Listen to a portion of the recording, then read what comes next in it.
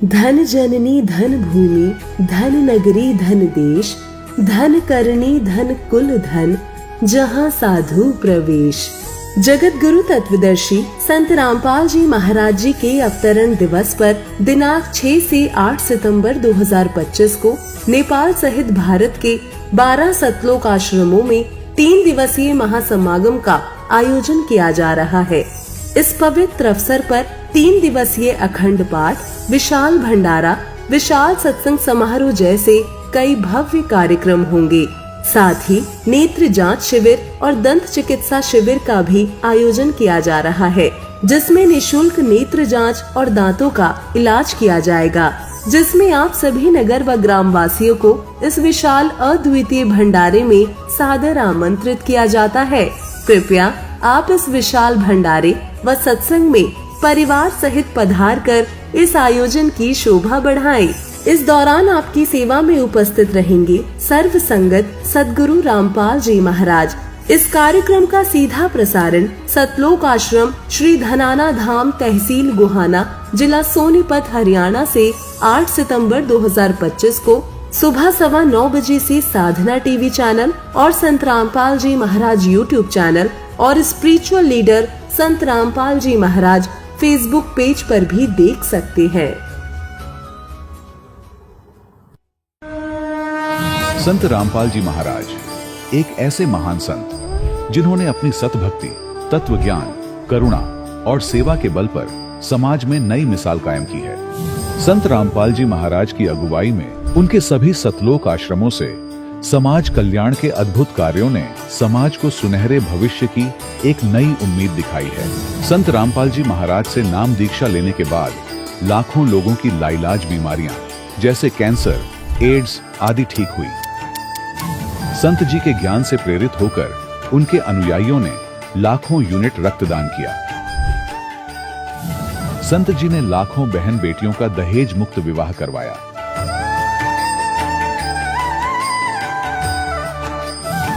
संत जी ने लाखों लोगों का नशा छुड़वाया, करोड़ों उजड़े परिवार बसे।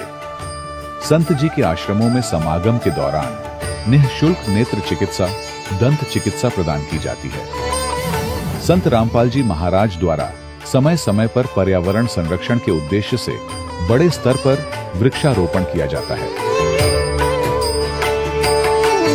संत जी ने जरूरतमंदों को तत्काल राहत पहुंचाने के लिए एम्बुलेंस सेवा शुरू की। संत जी अपने अनुयायियों को देहदान के लिए प्रेरित करते हैं, जिससे मानवता की सेवा और चिकित्सा क्षेत्र में सुधार हो सके।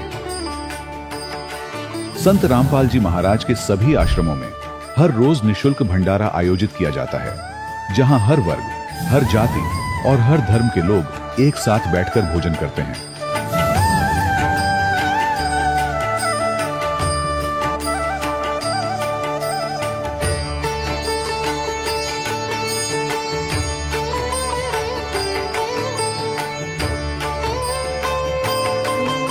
संत रामपाल जी महाराज की अन्नपूर्णा मुहिम ने गरीब और बेसहारा लोगों के जीवन में एक नई ऊर्जा और उम्मीद को जन्म दिया है।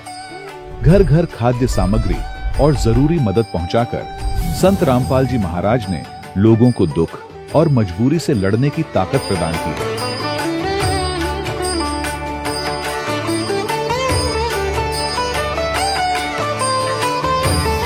संत रामपाल जी महाराज द्वारा गरीब लोगों के लिए घर बनवाने का अद्भुत कार्य एक ऐसी मिसाल कायम कर रहा है जो सदियों सदियों संत जी की उदारता और दया भावना के तौर पर जाना जाएगा।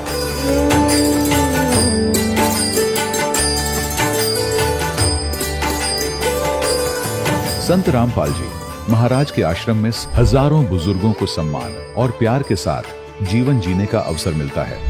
उनके खाने, रहने और स्वास्थ्य की पूरी जिम्मेदारी संत रामपाल जी महाराज उठाते हैं।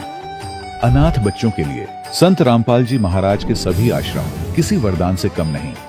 यहाँ उन्हें शिक्षा, संस्कार और भविष्य के लिए बेहतर अवसर प्रदान किए जाते हैं।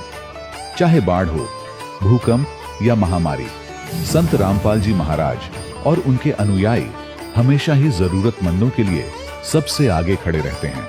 कोविड महामारी के दौरान संत रामपाल जी महाराज के आश्रमों से करोड़ों लोगों के लिए भोजन, दवाइयां और जीवन रक्षक सामग्रियां उपलब्ध कराई गई। चाहे गरीब की मदद हो या किसी शोषित और पीड़ित वर्ग के हक और सम्मान की लड़ाई, संत रामपाल जी महाराज ने हमेशा ही उनकी दबी आवाज को सरकारों तक पहुंचाया है और उन्हें उचित न्याय दिलवाने में अहम भूमिका अदा की है। समाज में आध्यात्मिक और सामाजिक मूल्यों के प्रति जागरूकता लाने में संत रामपाल जी महाराज हर कदम पर मानवता के सच्चे सेवक साबित हुए हैं। संत रामपाल जी महाराज का जीवन हमें सिखाता है कि सच्ची सेवा वही है जो निस्वार्थ भाव से की जाए। आइए हम भी इस महान सेवा के कार्य में इस महान संत से जुड़ें और संत रामपाल जी महाराज से नाम दीक्षा लेकर अपने जीवन को धन्य बनाएं।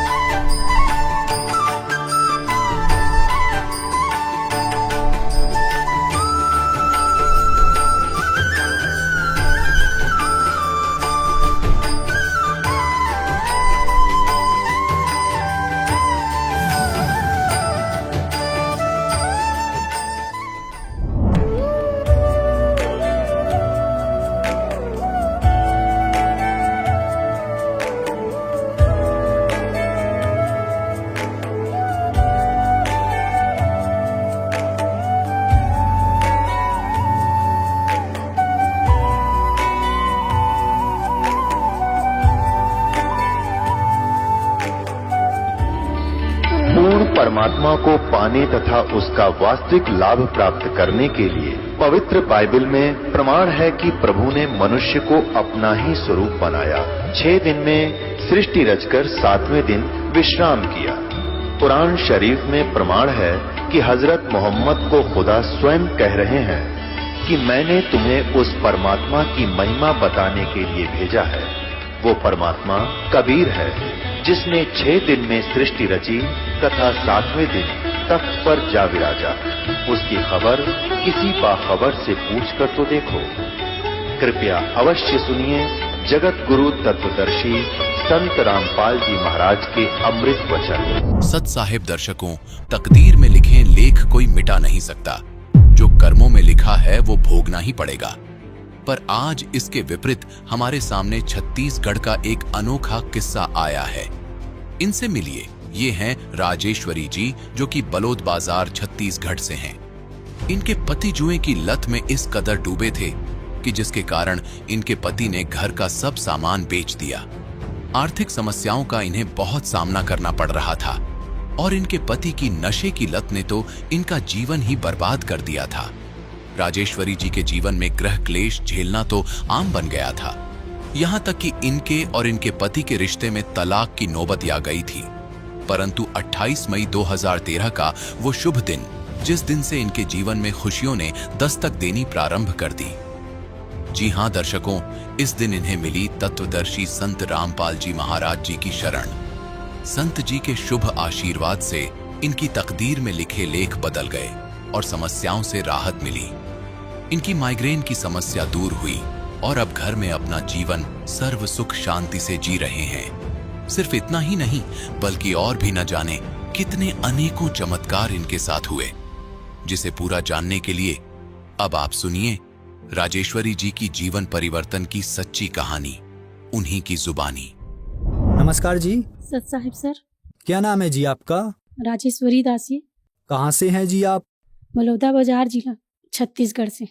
संत रामपाल जी महाराज से नाम दीक्षा आपने कब ली? 28 मई 2013 को। राजेश्वरी जी, आपने क्या क्या भक्ति साधनाएं की हैं अभी तक? कृपया हमारे दर्शकों को बताएं। हम कबीर पंथी में जुड़े हुए थे दामाखेड़ा से। मेरे पिताजी ने नाम ले रखा था, वही भक्ति करते थे और मैं श्री कृष्ण भगवान की और शंकर भगवान की भक्ति करती थी। तो फिर आप संत रामपाल जी महाराज जी की शरण में कैसे गईं? मेरी माँ जी अपने मायके गई हुई थी, वहाँ से उसके भतीजा ने उसको ज्ञान गंगा पुस्तक दी। फिर वो लाए, उसको पढ़ के हम परमात्मा का ज्ञान समझे। संत रामपाल जी महाराज का सत्संग देखते थे 2012 से, तब हमको सब समझ में आ गया। फिर हमारी शादी नहीं हुई थी उस समय, तो 2012 में हम जुड़ नहीं पा रहे थे। शादी होने के बाद 2013 में गए नाम दीक्षा लेने के लिए। संत रामपाल जी महाराज से सतलोक आश्रम में जाकर नाम दीक्षा लिए। तो क्या लाभ मिले आपको संत रामपाल जी महाराज से नाम दीक्षा लेने के बाद? सर शादी होते ही मेरे सिर में बहुत ज़्यादा दर्द रहता था, बहुत ज़्यादा दर्द रहता था, यहाँ पे बहुत गर्म हो जाता था दर्द के मारे। और मेरे पति मुझे उस समय दीक्षा नहीं लिए थे, तो ये तांत्रिक वगैरह के पास लेकर जाते थे और वो सब घोटी वगैरह सब निकालते थे सिर से, उससे कुछ नहीं हो रहा था, सिर का दर्द ज्यों का त्यों ही था। तब हम ज्ञान समझ चुके थे उससे पहले, तो इससे कुछ नहीं होने वाला, हम वहीं जाएंगे। तब हम परमात्मा के पास शरण में गए, दीक्षा लिए और परमात्मा ने हमें आशीर्वाद दिए। संत रामपाल जी महाराज ने हमारे सिर पे हाथ रखा, हमने कहा परमात्मा हमारे सिर में बहुत दर्द रहता है, मालिक दया करो। संत रामपाल जी महाराज ने कहा बेटा भक्ति करो, सब ठीक हो जाएगा। तब से लेकर आज तक हमारे सिर में कोई दर्द नहीं है सर। सिर के दर्द की वजह से हम भाटापारा जो शहर है वहाँ एक डॉक्टर के पास भी गए थे, तो उसको दिखाए तो उसने कहा ये माइग्रेन है, ये दवाई खाओगी फिर भी ऐसे रहेगा, ठीक नहीं होगा दवाई से, ऐसे बोले थे वो। जिंदगी भर आपका दर्द ऐसे रहेगा, ये माइग्रेन है, ऐसे रहता है, ठीक नहीं होता। तब हम परमात्मा की शरण में गए, संत रामपाल जी महाराज जी के आशीर्वाद दिया मालिक ने, तब हमारा सिर का दर्द ठीक हुआ। और सर मेरे बच्चेदानी में सूजन हो गई थी, मेरे कमर में बहुत ज़्यादा दर्द रहता था। तब हम डॉक्टर के पास गए तो उसने कहा कि आपको सोनोग्राफी करवानी पड़ेगी। तो हमने सोनोग्राफी करवाई तो उसमें कहा कि आपके बच्चेदानी में सूजन है, या तो आपको ऑपरेशन करवाना पड़ेगा या फिर आपको दवाई खाना पड़ेगा। तो हमने कुछ नहीं किया सर, घर आ गए, परमात्मा से प्रार्थना लगाई संत रामपाल जी महाराज जी से कि परमात्मा बच्चेदानी में सूजन कह रहे हैं और ऑपरेशन के लिए बोले हैं। और दूसरे दिन फिर आदेश आया कि सब ठीक हो जाएगा। तब हम फिर से 4 दिन बाद चेकअप करवाने गए ज्योति हॉस्पिटल में, तो वहाँ वो मैडम ने बोला, चेक करते करते ही बोला किसने भगा दिया बेटा आपको, आपके बच्चेदानी में कोई प्रॉब्लम नहीं है, आप बिल्कुल ठीक हैं। ये संत रामपाल जी महाराज जी ने हमें लाभ दिया। बहुत ज़्यादा दर्द रहता था सर, मैं घर का काम भी नहीं कर पाती थी और मेरे 2 बच्चे थे, उनको संभालना मुश्किल हो गया था सर। परमात्मा ने बहुत सारे लाभ दिए मालिक ने। ये मेरी रिपोर्ट है सर। मैं इसको जब रिपोर्ट करवाई तो डॉक्टर ने बोला था कि आपको या तो ऑपरेशन करवाना पड़ेगा या फिर आपको दवाई खानी पड़ेगी। तो हमने ना ऑपरेशन करवाया ना दवाई खाई, संत रामपाल जी महाराज जी से प्रार्थना लगवाई थी, उसी के बाद से मैं बिल्कुल ठीक हूँ सर, कोई दर्द नहीं है, बिल्कुल ठीक हूँ। और एक बार मेरे कमर से लेकर पैरों तक बहुत ज़्यादा दर्द हो रहा था सर, मैं खड़ा भी नहीं हो पा रही थी, घर का कोई काम भी नहीं कर पा रही थी। फिर परमात्मा से प्रार्थना लगाई, फिर ठीक हो गया सर। और मेरी बच्ची एक छोटी, जब मैं प्रेगनेंसी थी उसको, छोटी वाली को, तो 5वां महीना चल रहा था, फिर बीच में ही वो मिसकैरेज का मतलब खतरा हो गया। तो मैंने परमात्मा का चरणामृत पी लिया और रात को एक भगतमती का इंटरव्यू आया कि मैंने चरणामृत पी तो मेरा वो बच्चा सही हो गया, ठीक हो गया। तो मैंने भी ऐसे की तो तुरंत ही वो जो आया था वो बंद हो गया मालिक की दया से, संत रामपाल जी महाराज जी की दया से। और वो बच्ची 7वें महीने में जन्म ले ली और आज बहुत तंदुरुस्त है, 3 साल की हो चुकी है। और मेरे पति बहुत शराब पीते थे सर, जुआ भी खेलते थे, जुआ खेल खेल कर पूरे जो बंटवारे में ज़मीन पाई थी सब बेच दिए थे, कुछ भी नहीं रखते घर में हर चीज़ बेच देते थे जुआ खेल खेल के। बहुत मेरी ज़िंदगी नरक जैसी हो गई थी। परमात्मा संत रामपाल जी महाराज ने मुझे दया करी मालिक ने, और वो सुधर गए। पूरा आर्थिक स्थिति खराब हो गया था सर, उसको जुआ खेलते खेलते शराब इतना पीते थे बहुत ज़्यादा, हम दोनों का तो तलाक ही होने वाला था सर। परमात्मा की दया से आज है। एक ने तो उसको भविष्यवाणी भी कर दिया था कि आपकी पत्नी आपके साथ नहीं रहेगी, ये आपको छोड़कर जाएगी, और हम लोगों का ऐसा हो नहीं वाला था सर, तलाक भी हो जाता। मैं आ गई थी अपने मायके, फिर परमात्मा से प्रार्थना लगाई तो वो अपने आप आए और उन्होंने भी नाम दीक्षा ली मालिक से, संत रामपाल जी महाराज जी से। जैसे कि आपने बताया कि आपने संत रामपाल जी महाराज से नाम दीक्षा ली और आपको बहुत सारे लाभ मिले, तो जो दर्शक आज आपको टीवी पर देख रहे हैं और वो भी आपके जैसे ही लाभ लेना चाहते हैं, तो वो संत रामपाल जी महाराज से लाभ कैसे ले सकते हैं?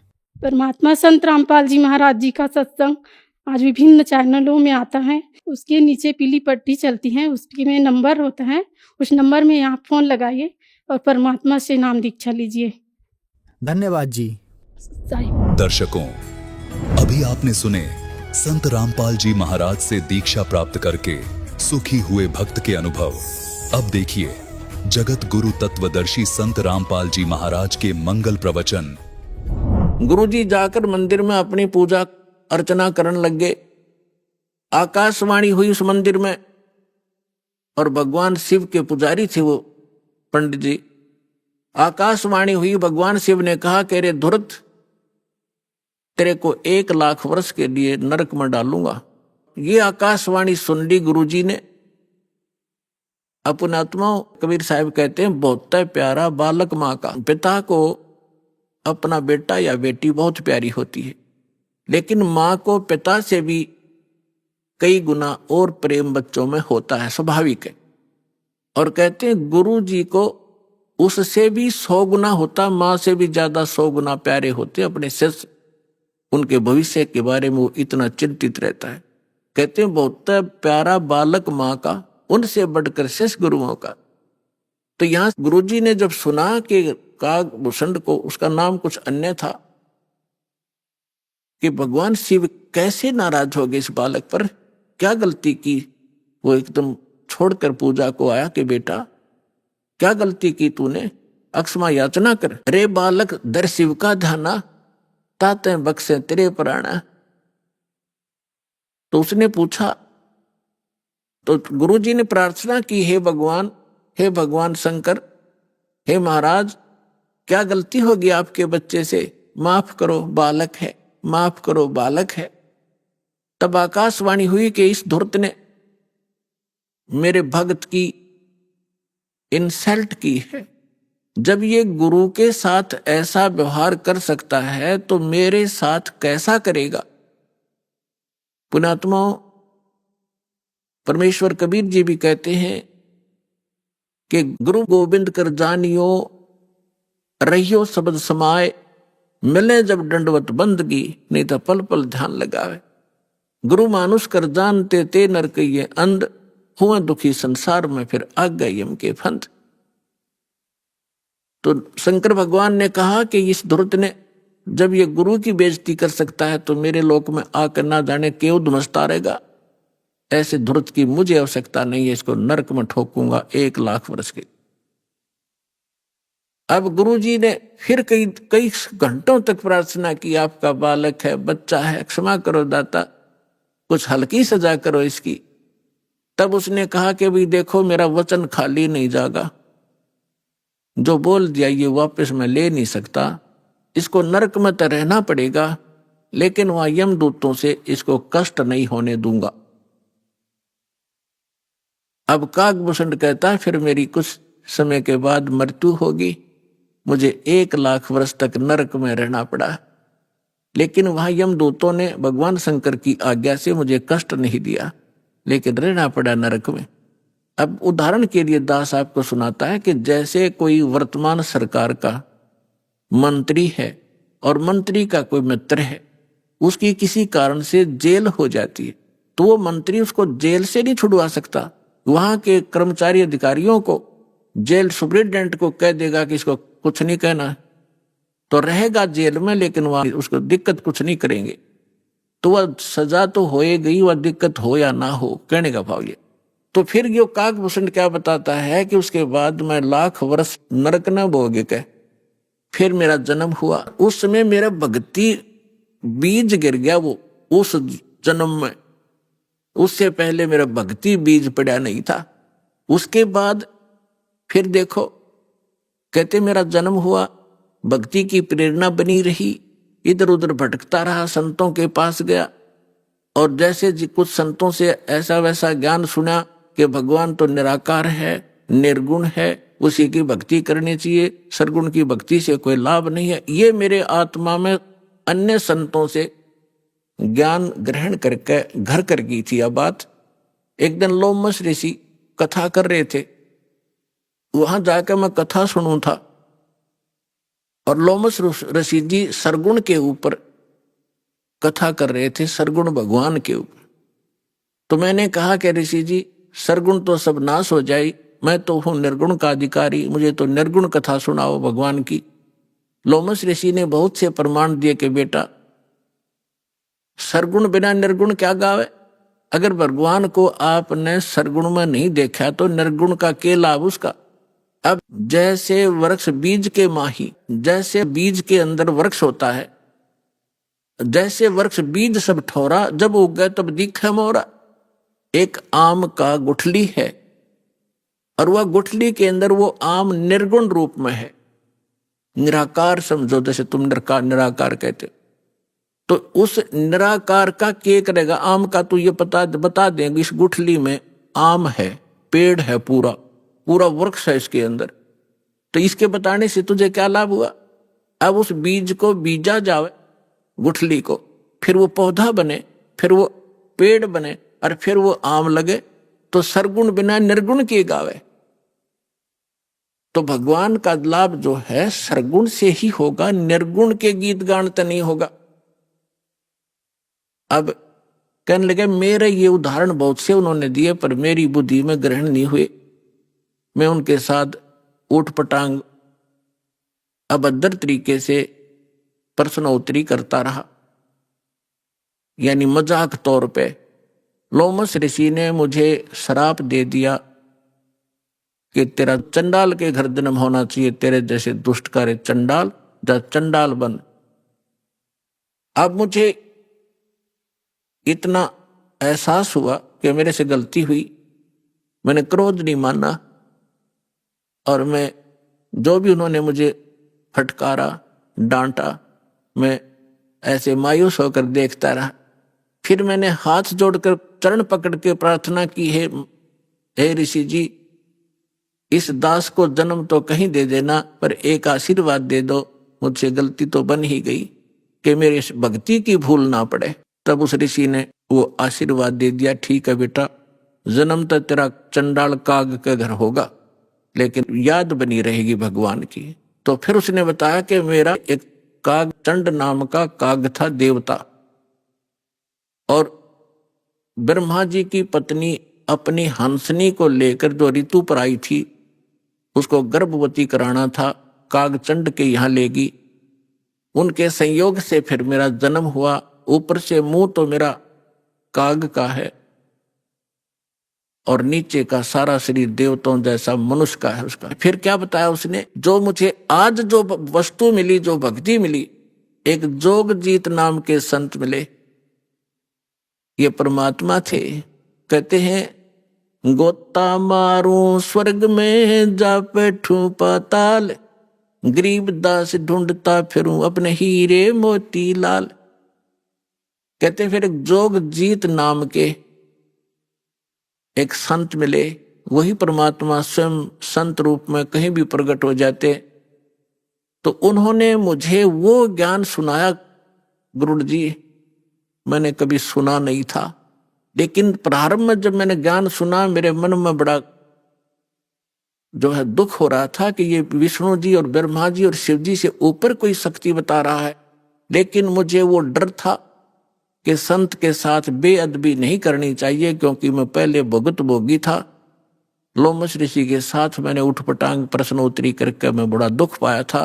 मैं उनसे विवाद नहीं किया, लेकिन नम्रता से प्रश्न करता रहा, मन में फिर करता रहा। अंत में ऐसा समझ में आया, गुरु जी आज मैं जिस अतिथि में आज मैं हूं और जो ज्ञान मुझे प्राप्त है और जो भक्ति मुझे प्राप्त है शायद किसी को होगी।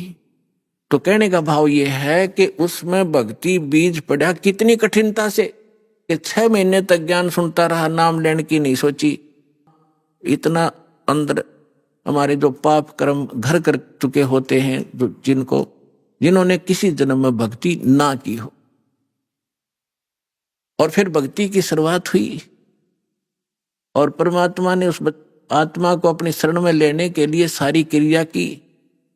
लोमस ऋषि से पहले उसको इतना डरवा दिया, यदि उस समय लोमस ऋषि काकभूषण को वो श्राप नहीं देता, वो डर उसके दिल में ना होता, तो परमात्मा का ज्ञान तो पुण्यात्माओं वो कभी नहीं सुन सकता था।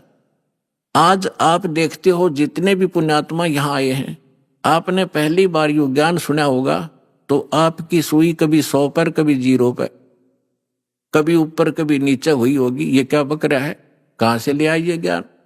और फिर देखे आपने प्रमाण अब दांतों तले उंगली दबा रहे हो आप। तो कहते हैं 100 छल सीधर मैं करूं अपने जन के काज।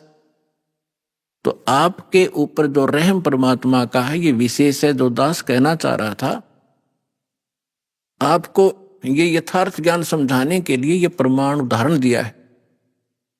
आप जी पुण्यकर्मी प्राणी हैं, पूर्व जन्म के मनुष्य थे, आपके अंदर भक्ति की आस्था विद्यमान थी, आपने शीघ्र ग्रहण कर लिया। और जो आपके घरों में अब संतान आएंगी वो भगवान के कोटे से आएंगी, बहुत अच्छी होंगी, उनकी तो आपने भविष्य की चिंता करने की जरूरत नहीं रहेगी। और जो अन्य प्राणी हैं वर्तमान के अंदर हैं, वो जो ऐसे हैं जो पूर्व जन्म के मनुष्य थे वो शीघ्र आ जाएंगे। और जो कागभूषण जैसे होंगे उनका भी तरीका अपनाया परमात्मा ने। क्या होगा, एक घर में तीनों ने दीक्षा ले ली, एक नहीं लेता, ठीक है, तो वो कागभूषण की श्रेणी का है। अब उसके लिए मालिक ने क्या दया करी है, घर में आरती चलेगी, कोई मंत्र करे इधर बैठ के, कोई करे इधर बैठ के, सत्संग चलेगा, ना चाहते हुए कभी देखा जरूर का, सुनेगा, हैं बैठ के वैसे बैठा लेंगे, बैठता जा तू नाम मत लिए तो सुनेगा। तो कभी ना कभी उसके भी कागभूषण की तरह इच्छा बनेगी, उसके पाप नरम आएंगे। क्योंकि भगवान की कुछ ऐसे संस्कार होते हैं, ऐसे पाप होते हैं जो ज्ञान यज्ञ से ही समाप्त होते।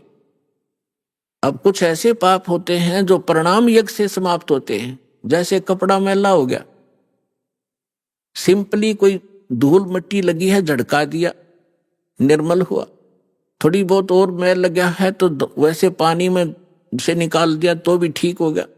और भी ज्यादा मैला है तो साबुन प्रयोग करना पड़ता है। और भी ज्यादा कहीं कोई दाग लगा है तो ड्राई क्लीन करानी पड़ती है, तो वो तब निर्मल होता है। हमारे युगों युगों के अंतःकरण के अंदर बड़े धब्बे लगे हुए हैं, अंतःकरण में हमारे पाप जमा है। तो उन पापों के नाश के लिए ये सब प्रक्रिया आपकी यहाँ कराई जाती है।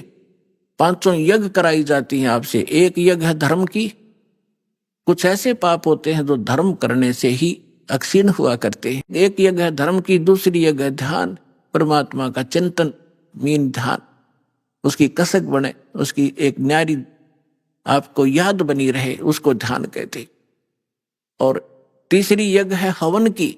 यहाँ पर एक ज्योति यज्ञ किया जाता है, ज्योति हवन कराया जाता है। तीसरी यज्ञ हवन की, चौथी यज्ञ प्रणाम, दंडवत प्रणाम कराया जाता है, जिससे अहंकार नाश होता है और कुछ पाप इस प्रणाम यज्ञ से ही नाश होते। और 5वीं यज्ञ है ज्ञान की। इस ज्ञान के सुनने से, कथाओं के सुनने से भी आपके बहुत से पाप अक्षीण होते हैं। अब जिस व्यक्ति को आप प्रारंभ में चर्चा करते हो परमात्मा की, तो वो नहीं ग्रहण करता, उठ के चल पड़ता है। कबीर साहब कहते हैं, कबीर पिछले पाप से हरि चर्चा ना सुआवे, और कै ऊंगे कै उठ चले ना और बात चलावे। जैसे किसी कर्महीन प्राणी से, संस्कारहीन प्राणी से आप भगवान की चर्चा करने लगते हो, और वो आपका विशेष मित्र भी हो, विशेष नाती भी हो। अब जो ऐसा वैसा व्यक्ति होगा तो 2 बात सुनते उठकर चला जाएगा, ठीक है मैं फिर आऊंगा, मुझे काम जरूरी है, क्योंकि उसको वो अच्छा नहीं लग रहा, उसको सुहा नहीं रही। और कोई ऐसा मित्र होगा कि उठ नहीं सकता तो नींद आने लग जाएगी, लटके लेगा थोड़ी देर में।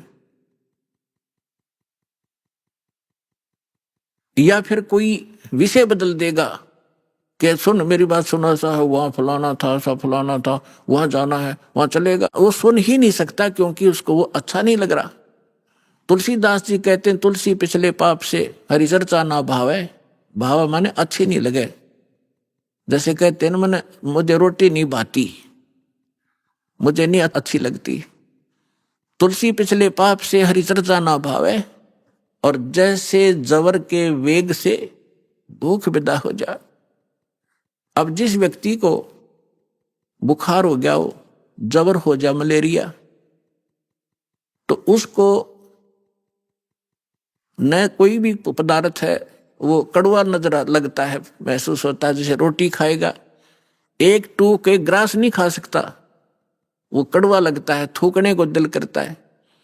ना काजू खा सकता, ना किशमिश खा सकता। मनुखा दाग को भी कड़वी बताता है। अपने आत्माओं ना मनुखा दाग कड़वी है, ना वो भोजन कड़वा है, ना खीर कड़वी है। कड़वा क्या है कि उसके बुखार ने, जवर ने, टेम्परेचर ने उसके शरीर की व्यवस्था इतनी बिगाड़ दी कि उसको मीठी वस्तु भी कड़वी लग रही है। अब उसका ट्रीटमेंट क्या है, उसका विकल्प क्या है कि उस मलेरिया बुखार को नरम करना पड़ेगा। बुखार उतरे बिना वस्तु स्वादिष्ट लगे नहीं। अब रोटी कड़वी लग रही है, मनुखा दाख कड़वी लग रही है, तो उसका ट्रीटमेंट क्या है? कड़वी गोली ही खानी पड़ेगी कुनीन की, और ना चाहते हुए भी खानी पड़ेंगी। और उनके खाने से फिर वो जबर ठीक होगा। जब जबर उतर जाएगा, और फिर देखना सूखी रोटी सब्जी छोड़ भूख लगेगी। जब घर वाले कहें सब्जी बना दो ना, रोटी दे फटाफट, सब्जी तो फिर देखूंगा। और पहले सब कुछ आगे रख देते थे तो भी खाने को दिल नहीं करता था। ठीक इसी प्रकार जो प्रथम बार जिसके ऊपर परमात्मा रजा बख्शते हैं किसी भी कारण से, किसी के माध्यम से सत्संग सुनाने की, तो वो ऐसा व्यक्ति जिसके पिछले पाप कर्म घने बढ़े हुए हैं, तो उसकी आत्मा के अंदर उस जबर के कारण उस मीठी वस्तु परमात्मा की चर्चा ग्रहण करने का वो व्यवस्था नहीं है, वो खराब हो चुकी है। तो उसके लिए क्या तरीका है कि ना अच्छी लगे तो भी सत्संग में बैठा रहे और सुनता ही रहे, जैसे कैसे भी सुनता रहे, चाहे अच्छी लगो या ना लगो। तो उस परमात्मा के वचन में, परमात्मा की वाणी में इतनी शक्ति है कि वो ना सुने, चाहे वहां वैसे बैठा रहे, और चाहे वो सो भी जा, जहां आरती चल रही हो, बाल जैसे कोई लेट गया, नींद आ गई, चलो लेट जा, सत्संग चल रहा है तो बैठ गया, बैठा रहे, चाहे कुछ भी सोचता रहे, ना सुने, चाहे दूसरे कमरे में बैठ जाए लेकिन कानों में ये सुनती हो, तो वहां भी असर करेगी ये वाणी। उसके शरीर के पाप को, अंतःकरण के वो पाप कट जाएंगे जो ज्ञान यज्ञ से कटने होते हैं। अब जैसे एक पहले क्या होता था, सभी उपचार आध्यात्मिक तरीके से होते थे। वो भक्ति तो उनके पास थी नहीं, साधु संतों के पास। जनता में खाना रोटी प्राप्त करने के लिए वो क्या करते थे, कोई जंतर मंत्र सिद्ध कर लेते थे। कोई तो सांप का, सर्प का जहर उतारने का मंत्र सिद्ध कर लिया, किसी ने बिच्छू आदि का जो जहर विष उतारने का मंत्र सिद्ध कर लिया, किसी ने कोई जाड़ जोड़ झाड़न का मंत्र सिद्ध कर लिया। ये कोई मोक्ष मार्ग तो नहीं था उनके पास, पर ऐसे सिद्धि कर लेते थे। तो जैसे एक सर्प का विष उतारने वाला व्यक्ति एक मंत्र सिद्ध कर लेता है, और जिसको सर्प ने डस रखा है वो अचेत पड़ा है, बेहोश पड़ा है, और वो जो सर्प का विष उतारने वाला व्यक्ति एक मंत्र बुदबुदाता है, बोलता है। वो अचेत व्यक्ति ना उसको सुन पा रहा है, ना समझ पा रहा है, और तो भी वो अपना काम कर रहा है, उसके विष को उतार देता है। वो व्यक्ति सचेत हो जाता है, उसका जीवन दान हो जाता है। ठीक इसी प्रकार परमेश्वर की जो अमर वाणी है कबीर साहब और गरीबदास जी की, और उन महापुरुषों की जिनको भगवान मिले हैं, उनकी वाणी स्वसिद्ध होती है, उसको सिद्धि करने की आवश्यकता नहीं होती। और उस वाणी का उच्चारण जहां भी हो रहा हो, वहां चींटी पर भी, पशु पक्षियों पर भी, पेड़ पौधों पर भी उनका असर हो रहा है। वो दूसरी बात है कि उनके वो धीरे धीरे असर होगा, पेड़ पौधों पर बहुत देर में होगा, पशु पक्षियों पर उनसे शीघ्र होगा, और मनुष्य पर पशु पक्षियों से भी शीघ्र होगा। और उसके बाद फिर वो जो व्यक्ति टर्न वाइज मनुष्य जीवन प्राप्त है, उनको भी परमात्मा इस विधि से अब अपने चरणों में लेंगे। तो जब धर्मदास जी को परमात्मा ने कहा कि भाई अभी ये मूल मंत्र और मूल ज्ञान, ये सार नाम अपने परिवार को भी मत बताना। अब धर्मदास जी को चिंता बनी कि हे भगवान, मेरे को आपने 42 वंश का आशीर्वाद दे दिया, क्योंकि धर्मदास जी एक अच्छी आत्मा थे, लेकिन संसार के व्यवहार में वो घनाग्रस्त था। पहले उनको एक पुत्र था नारायण दास, और नारायण दास निकम्मा था, काल का दूत था।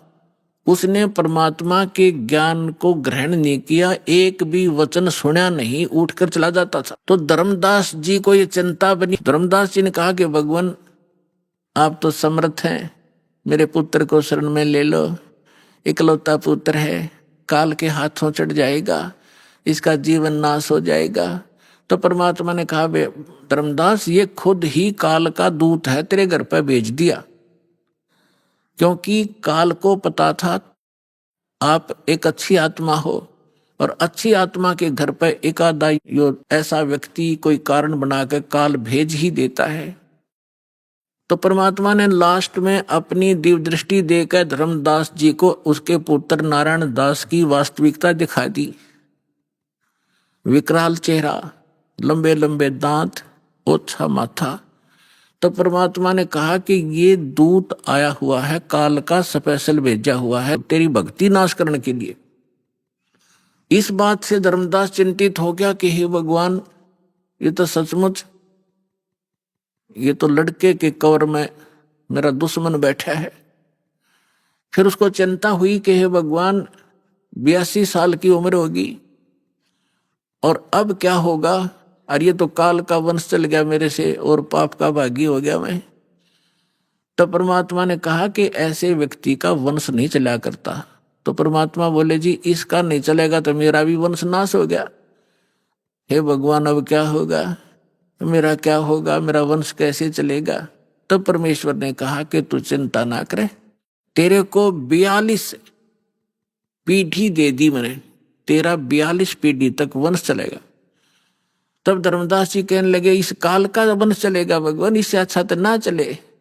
यो परमात्मा बोले नहीं, मैं और तेरे को एक पुत्र दूंगा, उससे तेरे 42 पीढ़ी वंश चलेगा। ये अब इन्होंने गलत व्याख्या कर रखी है। कबीरपंथी जो दामा खेड़ा वालों ने एक भ्रमणा फैला रखी है कि जो दामा खेड़ा की गद्दी से नाम लेगा उसका ही मोक्ष होगा। कबीर साहब ने 42 पीढ़ी को आशीर्वाद दे रखा है, 42 पीढ़ी को नाम देने का आशीर्वाद नहीं दे रखा। धर्मदास की चिंता मिटाने के लिए ये कहा था कि तेरे को 42 पीढ़ी का वंश दे दिया, तेरा वंश चलेगा और मोक्ष उसका होगा जो सद्भक्ति करेगा, पूरे संत मेरे अधिकारी संत से लेगा। तो फिर उसको 10 महीने के बाद एक चूड़ामणि उर्फ मुक्तामणि नाम का एक पुत्र उसकी पत्नी से जन्म हुआ परमात्मा के आशीर्वाद से। उनसे फिर उनकी ये 42 वंश चले। फिर धर्मदास जी को चिंता हुई। परमात्मा ने कहा कि अपने वंशजों को भी ये मूल ज्ञान नहीं बताना, मूल मंत्र नहीं बताना, सार नाम नहीं देना। अब धर्मदास जी ने फिर कलेजा पकड़ लिया और बैठ गया चिंता करके। परमात्मा बोले क्या बात होगी भक्त। कहने लगे क्या बताऊं गुरुजी, क्या बताऊं भगवान, आपने तो ऐसी प्रतिज्ञा करा दी कि मेरे वंशजों को भी नाम नहीं देना, सार नाम नहीं देना। सार नाम बिन मुक्त नहीं हो सकते, सतनाम भी नहीं बताना। आप कह रहे हो कि पहला पहला मंत्र देना, इनका मुक्ति क्यों करोगी भगवान। लाला जी था वो सेठ, धर्मदास जी बनिए के घर जन्म था उसका, वैश्य था। अब टोटे नफे को घना शीघ्र समझा था वो, तो उसको चिंता बन गई है, भगवान वंश तो दे दिया आपने, इनका ये पार क्यों करोगे। तब परमात्मा ने कहा कि तू चिंता ना करे, कलयुग के अंदर आगे चल के धर्मदास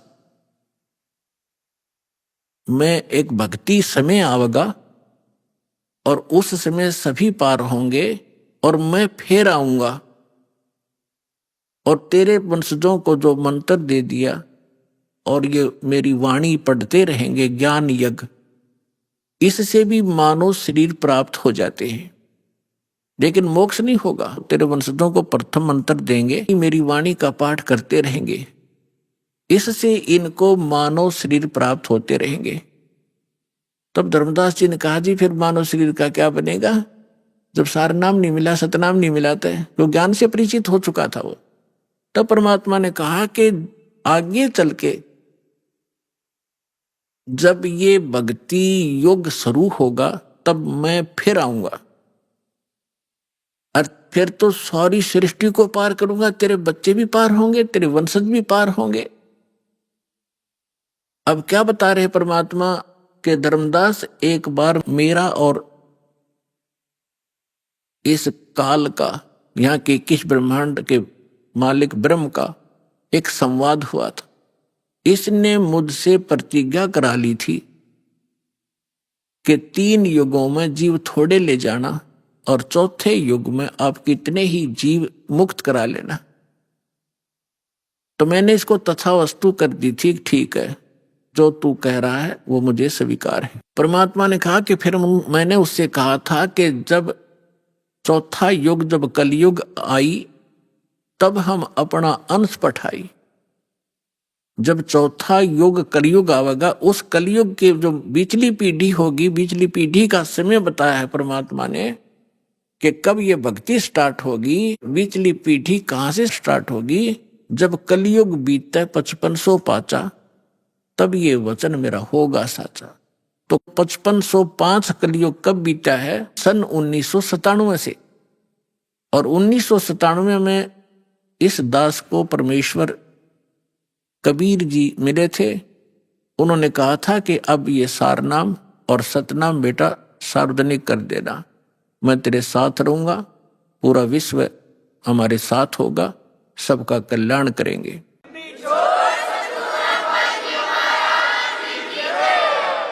तो परमात्मा ने धर्मदास जी से कहा था कि काल से मेरी वार्ता हुई थी, तब मैंने काल से कहा था कि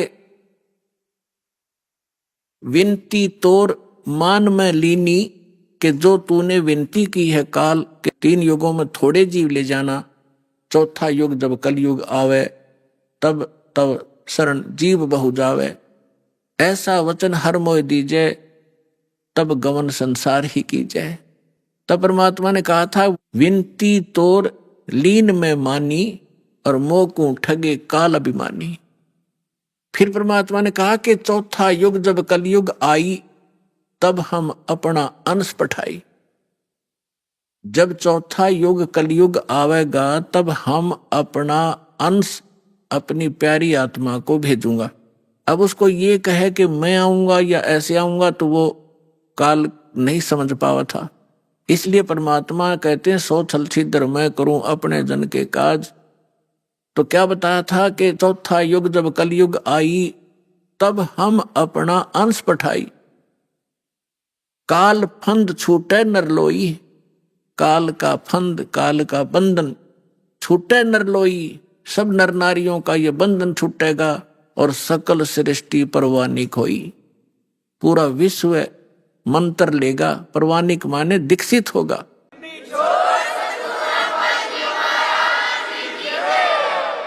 काल फंद छूटे नरलोई, सकल सृष्टि परवानिक होई। और घर घर देखिए बोध विचारा, और सत नाम सब ठोर उचारा। पुण्यात्माओं, यहाँ पर आप देखोगे परमात्मा कबीर जी की महिमा और लीला, एक समर्थ के काम आप देखोगे। अभी तो आप बच्चे हो, फिर हिसाब लगाने लगोगे कि सचमुच ऐसा काम भगवान बिन हो सकता है। आपने गांव में, नगर में, शहर में आज तक कभी कोई पुस्तक बेचने वाला देखा था? परमात्मा के बच्चों के अतिरिक्त कोई प्याज बेच दे, कोई हरी मिर्च बेचता देखा होगा, कोई टिंडे बेचनिया भी मिल रहा होगा, पुस्तक बेचनिया नहीं मिल रहा। बेचना नहीं है, ये तो वैसे एक परमार्थ के रूप में सेवा कर रहे हैं, बेचते नहीं है। इस पुस्तक की कीमत नहीं बता सकते, लेकिन गांव गांव में ये भेज रहे हैं। तो परमात्मा का आदेश है ये, और लेने वालों की कमी नहीं।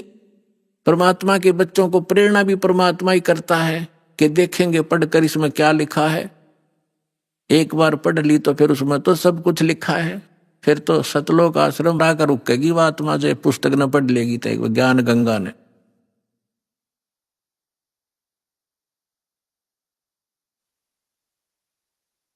तो परमात्मा ने बोला था उस समय 600 वर्ष पहले पुण्यात्माओं, उसका एक एक वचन 100 का 100 सत्य होगा, किसी डूम बाट के गीत नहीं, समर्थ का वचन है। अभी आपने सुने संत रामपाल जी महाराज के मंगल प्रवचन।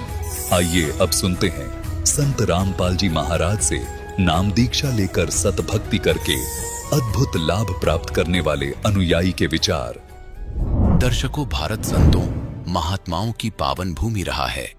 ऐसे ही हम वर्तमान समय में देखें तो धर्म गुरुओं की बाढ़ सी आई हुई है और पढ़े लिखे लोग भी अपने कष्ट निवारण के लिए इन्हीं अलग अलग गुरुओं को अपनाते हैं। ऐसी ही एक महिला श्रद्धालु के अनुभव से आज हम आपको परिचित करवाने जा रहे हैं। ये हैं शिक्षिका परमीत कौर जी, मुंबई महाराष्ट्र से। इनकी माताजी को भूत प्रेत की समस्या थी, जिसके निवारण के लिए इन्होंने कोई देवी देवता और कोई साधु संत नहीं छोड़ा। इन्होंने आसाराम जी, सुधांशु जी, सतपाल जी, धन धन सतगुरु सहित चेन्नई की जानी मानी कल्कि फाउंडेशन में अपने जीवन का बहुत बड़ा अरसा बिताया है।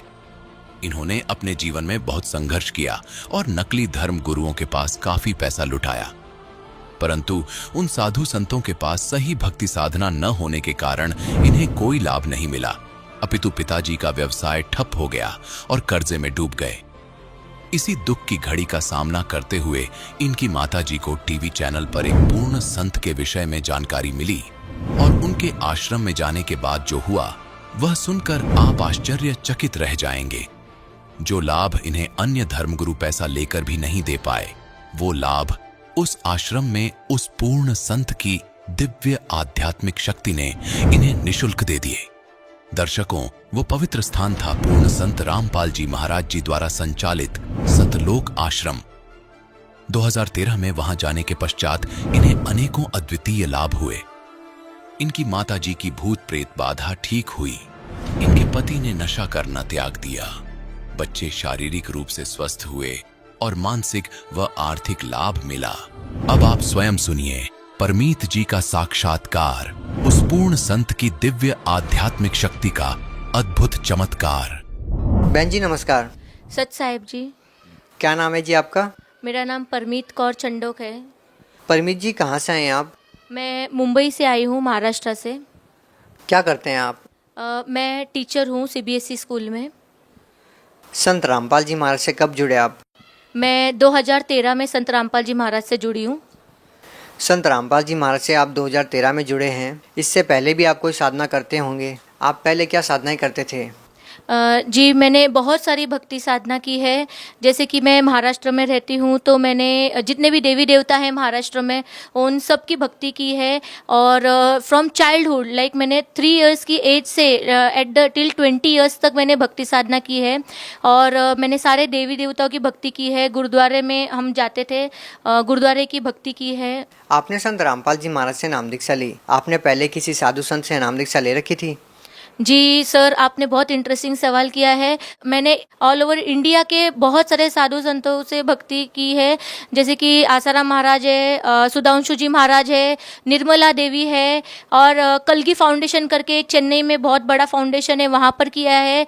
और मैंने सुधांशु जी महाराज से भी 2 साल, सतपाल जी महाराज के पास से भक्ति ली है। और मैंने गोरक्षनाथ के रिलेटेड एक महाराष्ट्र में संत है, तो उनसे नामदान लिया है। और मैंने ऐसा कोई साधु संत नहीं छोड़ा, छोटा बड़ा। जसवीर सिंह ऐसा ही करके एक संत है, उनके पास भी गए थे। तो मैंने टोटल 9-10 संतों से भक्ति ली है। इतने सारे साधु संतों से आपने नाम दीक्षा ली है, उसके बाद आपने संत रामपाल जी महाराज से नाम दीक्षा ली। इतने सारे साधु संतों से आपने नाम दीक्षा ले रखी थी, भक्ति आप पहले कर ही रहे थे, तो फिर संत रामपाल जी महाराज की शरण में आने का कोई विशेष कारण? जी, बहुत बड़ा कारण था कि मेरी मम्मी जो थी उसको बाहर की प्रेत बाधा थी। तो जैसे कि मेरे पिताजी के जो फ्रेंड थे, उन्होंने ही उनको उनके ऊपर एक उनका काम बंद हो जाए। और ये मेरी बातें सुने, इसलिए उन्होंने बाहर की कुछ क्रिया कर रखी थी, बाहर की कुछ करनी जैसे बताते वो कर रखी थी। तो जैसे ही वो किया तो उससे मेरी मम्मी इतना परेशान हो जाती थी कि उसको वो तकलीफ होने के बाद में न वो खाना बना पाती थी, न वो कुछ कर पाती थी, तो वो बिल्कुल हेल्पलेस हो जाती थी। तो उसके बाद फिर मेरे पिताजी का काम एकदम ज़ीरो हो गया। उसके बाद हमने सोचा कि इनको, हमें किसी ने बताया कि आप गुरुओं के पास जाओ, एक संत बनाओ, गुरु बनाओ। तो मेरे पिताजी ने सबसे पहले आसाराम महाराज के पास गए हमको लेकर। उन्होंने बोला पूरी फैमिली जाओ, ये भक्ति लो, नाम करो। हम आसाराम महाराज के पास गए। सबसे मेन कारण था, हमने वहाँ पर 5 साल भक्ति की है। उन्होंने जो भी बताया, मेरी मदर ने, हम सब ने, पूरी फैमिली ने नाम लिया है। 5 साल हमने आसाराम महाराज जी के पास किया है, लेकिन वहाँ से मेरी मम्मी को कोई लाभ नहीं हुआ। तो मेरी मम्मी को बहुत ज़्यादा बाहर की बाधा पीड़ा की तकलीफ थी। और मेरे पिताजी का काम डे बाय डे ज़ीरो हो गया था। मैं 8th स्टैंडर्ड में थी, मेरे पढ़ाई का खर्चा एवरेज हाई लेवल पे चल रहा था। मेरा एक ब्रदर था, उसका भी पढ़ाई का खर्चा बहुत हाई था। तो हम ये सब एक्सपेंसेस एफोर्ड नहीं कर पा रहे थे। बहन जी, आप विभिन्न संतों के पास गए, आखिर आपकी समस्या क्या थी कि आपको इतने सारे संतों के, महंतों के, इतने सारे बाबाओं के आपको चक्कर लगाने पड़े? आखिर आप लोगों को समस्या क्या थी? सर, ये जो परेशानी थी, जो हमारी बाहर की जो तकलीफ़ जो मेरी मम्मी को होती थी, तो जब हम उनके पास जाते थे, मैंने सतपाल जी महाराज के पास गई हूँ। उन्होंने मुझे जो नाम दिया है, तो वो नाम आज संत रामपाल जी महाराज बताते हैं कि ये ऐसा ऐसा नाम है। मैंने वहाँ पर प्रैक्टिकली वो नाम का जप 2 साल किया है।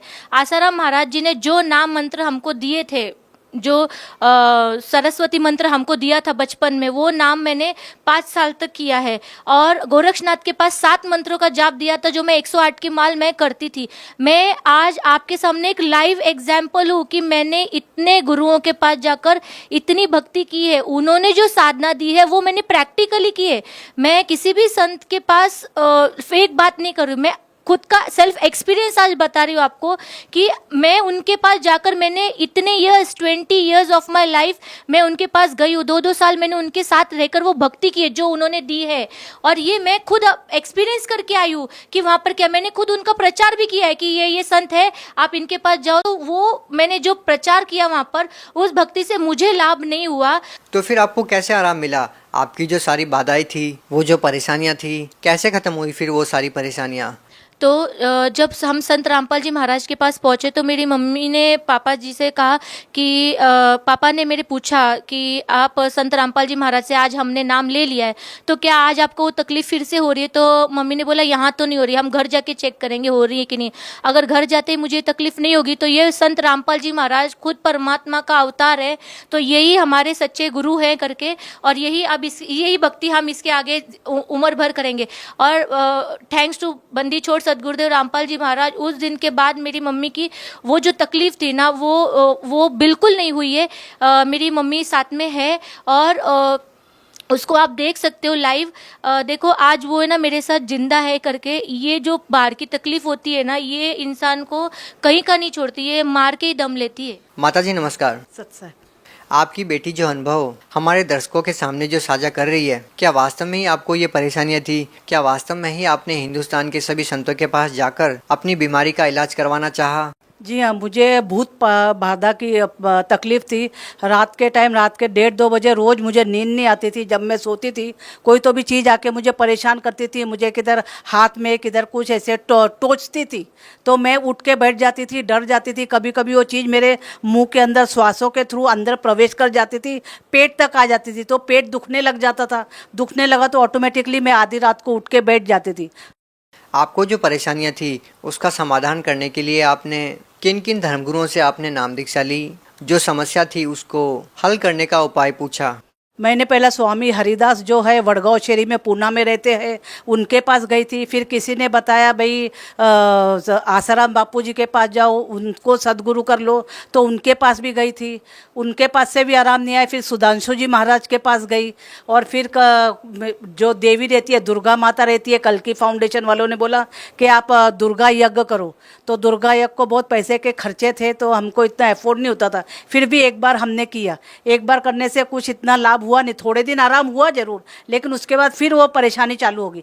मतलब मेन मुझे क्या, रात को नींद नहीं आती थी। वो जो परेशानियां थी कैसे खत्म हुई फिर वो सारी परेशानियां? मैं जब टीवी के चैनल के माध्यम से थ्रू जो आई हूँ, ये संत रामपाल जी महाराज के जो प्रवचन ख़त्म होते थे उसके लास्ट में जो बताते थे कि किन भक्तों को कैसे लाभ हुआ, वो सुनती थी। तो उससे मुझे लगा भी मेरा भी जो प्रॉब्लम है इधर से हल होएगा।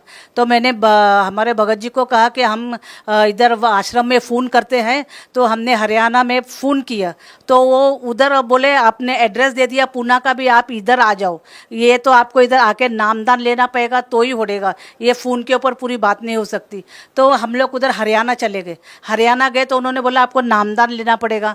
तो उधर नामदान ले लिया और उसी दिन से मुझे तुरंत ही उस दिन रात को मैं शांति से आराम से सोई, मुझे कुछ तकलीफ नहीं हुई। फिर भी मेरे दिल में ऐसा आया भी मैं ऐसा ना हो, अभी तो मैं संत रामपाल जी महाराज के सामने हूँ, ये उपस्थित है इधर गुरु जी, और घर में जाकर मुझे तकलीफ ना हो जाए।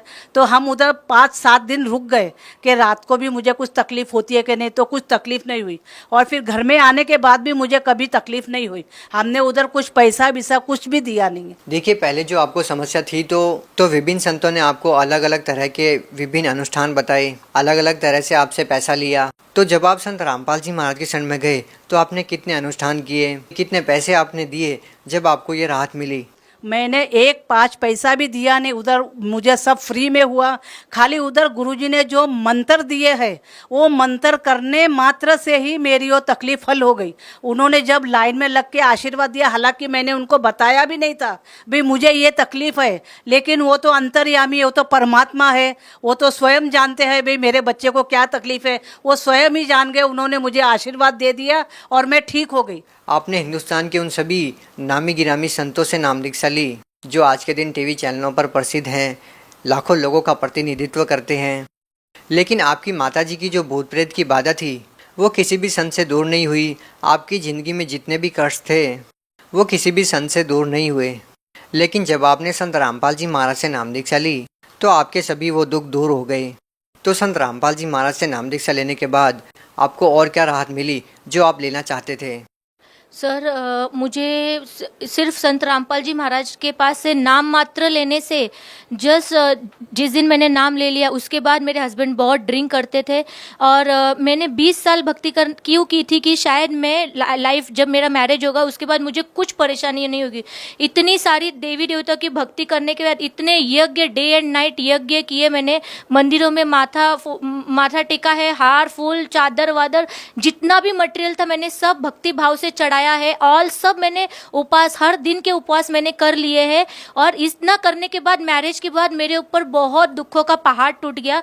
तो उस दिन मैंने पिताजी को बोला, तुमने तो मुझे बोला था कि सब भक्ति करो ताकि शादी के बाद तुमको सब बेनिफिट होंगे। मेरे लाइफ का मैंने बोला एक भी बेनिफिट नहीं है, मैं डे एंड नाइट में वर्स्ट सिचुएशन में जा रही हूँ। मेरे हस्बैंड बहुत ड्रिंक करते थे, वो ड्रिंक की वजह से उनका बहुत बार एक्सीडेंट हो गया है, उनका बिजनेस टोटली लॉस में गया और मेरे 2 छोटे बच्चे थे, मैं होमलेस हो गई। वो बिजनेस इतना लॉस में गया और 4 व्हीलर बिक गई। मैं रेंट के घर पे रहने के लिए आई। मैंने बोला इतना भक्ति करने के बाद इतने दुखों में कोई नहीं जी सकता है। मैंने सब मंदिरों में जाना स्टॉप कर दिया था और मैं कुछ भी नहीं करती थी। मैं फिर बाद में मेरे पिताजी ने मुझे बताया कि आप एक बार संत रामपाल जी महाराज से नाम ले लो। तो उसके बाद मैंने बोला ठीक है। पिताजी बोला ये लास्ट अपने लाइफ का प्लीज एक बार करो।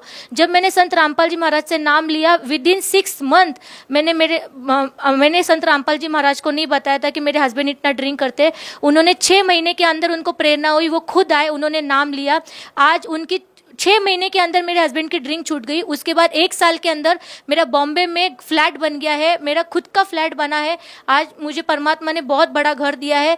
3 इयर्स के बाद मुझे कार मिल गई है। मेरा बिजनेस आज टॉप इस पे फ्लो हो रहा है। स्पेयर पार्ट का हमारा बिजनेस है। आज इतना बिजनेस हमें अच्छा, मेरे 2 बच्चे थे कंटिन्यूस बीमार होते थे, हॉस्पिटलाइज करना पड़ता था उन्हें। आज दोनों बच्चे मेरे बहुत स्वस्थ थे, पैसों का खर्चा नहीं है और उस दिन के बाद मेरे हस्बैंड का कभी एक्सीडेंट नहीं हुआ।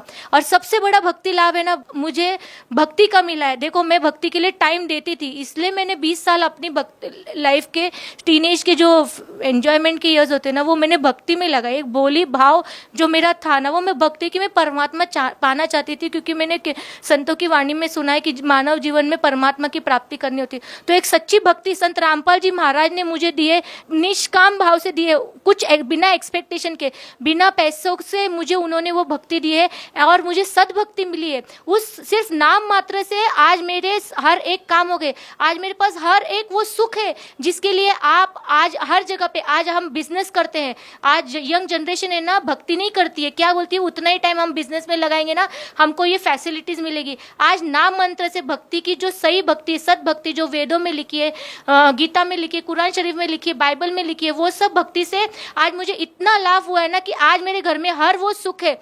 आज मेरा बिजनेस इतना हाई फ्लो है कि मैं आज सेकेंड घर की भी प्लानिंग कर सकती हूँ, एक सेकेंड इन्वेस्टमेंट की भी प्लानिंग कर सकती हूँ। तो ये जो सारे बेनिफिट है ना, ये उस भक्ति का फल है जो मुझे संत रामपाल जी महाराज जी के पास से मिला है। बहुत बहुत धन्यवाद। सच साहेब।